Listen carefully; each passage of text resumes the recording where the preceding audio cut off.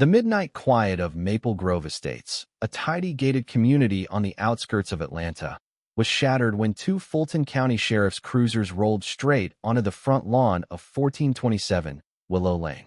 Their red and blue lights swept across the carefully tended rose beds and the white picket fence that had stood there for decades, turning the peaceful suburban night into something out of a crime scene. "Open this door right now, or we'll break it down," Deputy Harris barked, his fist pounding on the solid oak door. Behind the cruisers stood Karen Whitaker, president of the Maple Grove Homeowners Association, arms crossed, clipboard clutched like a battle standard. Her perfectly highlighted hair didn't have a strand out of place even at 9 o'clock at night. "Just tear that fence down already," she snapped at the deputies. "It's blocking the drainage easement. I've got complaints from half the street about standing water." Inside the house, 78-year-old Henry Caldwell didn't flinch. He'd been expecting this visit for weeks. He glanced at the grandfather clock in the hallway, exactly 9 p.m., then calmly picked up his phone and opened the video call he'd had ready. He cracked the door just enough to hold the phone out so the deputies could see the screen. The young deputy froze mid-knock. On the phone was the stern, unmistakable face of Judge Harlan Brooks, Chief Justice of the Fulton County Superior Court, wearing silk pajamas and sitting in what was clearly his home study. "Good evening, Sergeant Ramirez," the judge said in that deep, measured voice that had silenced courtrooms for 30 years. "I was under the impression your department required a warrant signed by me personally before entering private property after dark to seize structures." Sergeant Ramirez went pale. He'd been on the force 22 years and knew exactly who Judge Brooks was, and more importantly, who he golfed with every Sunday, including the sheriff and the county commissioner. Ramirez turned to Karen. "We're leaving, ma'am."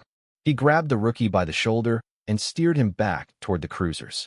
Tires spun on wet grass as they reversed out of the driveway and disappeared down the cul-de-sac. Karen stood alone on the sidewalk, face flushed with rage. "This isn't over, Henry," she shouted toward the house. "You think one phone call to your old buddy saves you? This is an administrative matter. The county environmental office doesn't need a judge's permission to remove a public hazard." Henry closed the door quietly. He knew she wasn't bluffing. Karen Whitaker had spent the last 3 years turning the HOA into her personal kingdom, and she didn't like losing. The next morning dawned bright and mild, the kind of Georgia autumn day that made people glad they'd moved south. Henry sat on his wide front porch in his favorite wicker rocker, a china cup of Earl Grey steaming in his hand. He watched the street come to life. Kids waiting for the school bus, Mrs. Jenkins walking her corgi, Mr. Patel watering his azaleas. By 8:30 the peace was broken. A heavy diesel flatbed truck rumbled into the cul-de-sac, followed by Karen's silver Lexus. She marched up Henry's driveway like a general, flanked by 2 county workers in orange vests and a third man in an expensive charcoal suit. Richard Harlan, a developer whose billboards dotted I. 285 promising luxury living in harmony with nature. Karen waved a neon yellow document in the air. Code 302 Emergency Abatement Order from the County Environmental Office, she announced loudly, making sure the growing crowd of neighbors could hear. "Your fence is causing localized flooding. We're removing it immediately." Henry took the paper, adjusted his reading glasses, and studied it with the calm of a man who'd reviewed thousands of engineering documents in his career. After a long moment, he handed it back. "Interesting," he said mildly. "The county seems to have forgotten how to spell their own director's name. And this seal is a photocopy. A real order requires an embossed stamp from the land registrar." The neighbors murmured. Richard Harlan checked his watch for the 3rd time in 5 minutes and shifted impatiently. Karen's face reddened. "I don't care about technicalities. I'm declaring an emergency right now. Boys, get the chains." The 2 workers looked uncertainly at Richard. He gave a short nod. They began unrolling heavy steel chains from the truck and wrapping them around Henry's sturdy oak fence posts. Henry didn't try to stop them. He simply called to his grandson Ethan, who had come to stay with him for the semester while attending Georgia Tech. "Ethan, bring out the folding chairs for the neighbors. If we're going to have street theater, everyone should be comfortable." A few neighbors actually accepted the chairs, curiosity outweighing their fear of Karen's wrath. The truck engine growled. The winch took up slack.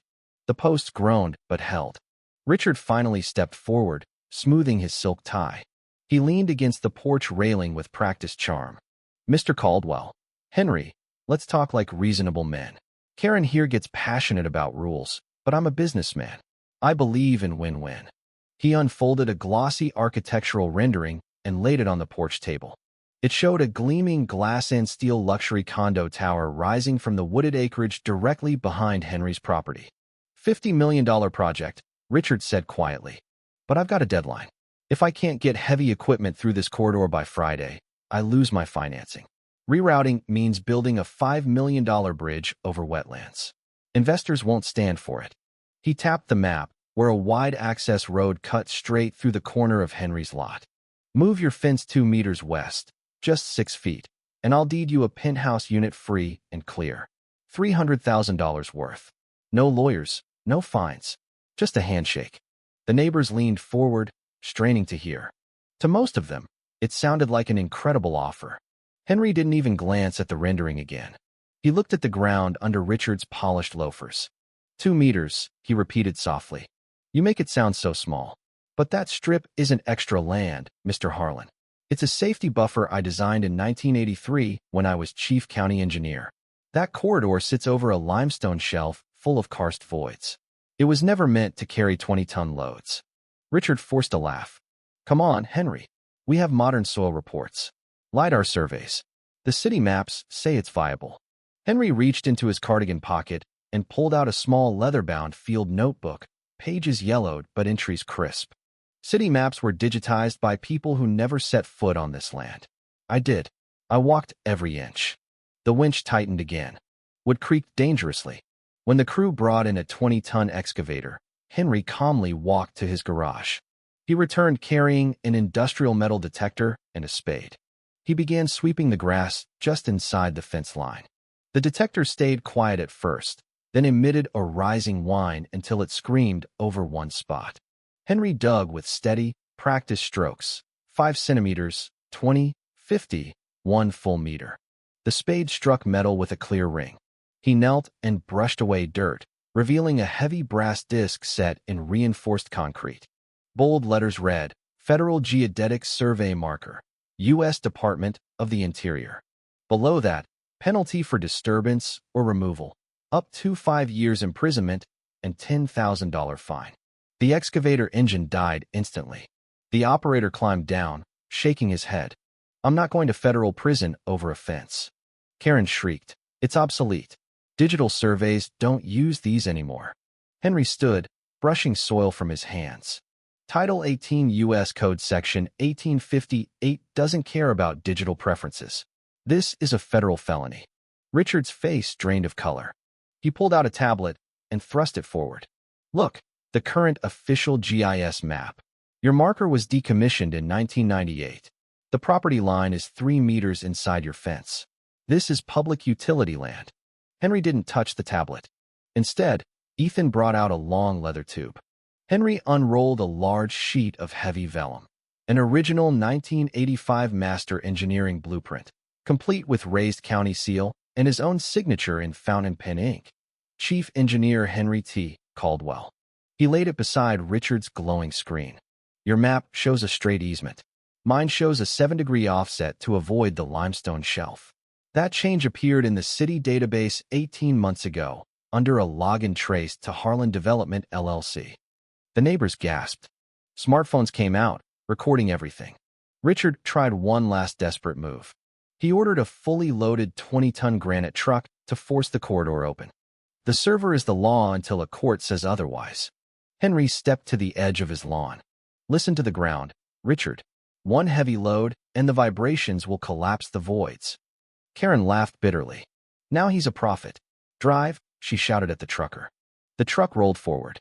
The instant the rear axles, carrying most of the granite, crossed the critical line, the earth let out a deep, mournful groan. Then came the cracks, sharp, like rifle shots. Asphalt spiderwebbed. A rose bush 5 yards away dropped 6 inches. The rear of the truck sank. A 4-meter-wide sinkhole opened with terrifying speed, swallowing wheels, granite, and part of the street. Karen, standing too close, slipped and slid toward the edge, screaming as she clawed at grass that gave way beneath her fingers. The truck teetered, granite slabs shifting with a metallic scream. Henry didn't hesitate. He grabbed the heavy rope he'd coiled on the porch that morning, looped it around the base of a massive oak that anchored his fence, and threw the free end into the pit. "Hold fast," he shouted. Neighbors dropped phones and grabbed the rope, bracing against the solid ground of Henry's yard. Henry lay flat at the edge and reached down, seizing Karen's wrist just as the earth crumbled beneath her. With strength honed from decades of field work, he hauled her up inch by inch until she collapsed sobbing on safe grass, seconds before a granite slab crashed exactly where she'd been. As dust settled, news sirens approached, state investigators and federal agents in unmarked SUVs. They had warrants ready.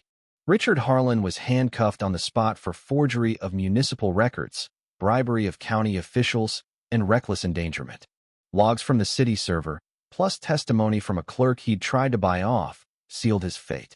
Karen, covered in mud and shaking, learned via emergency HOA video vote that she'd been removed as president and faced a class-action lawsuit from every neighbor for property devaluation and negligence.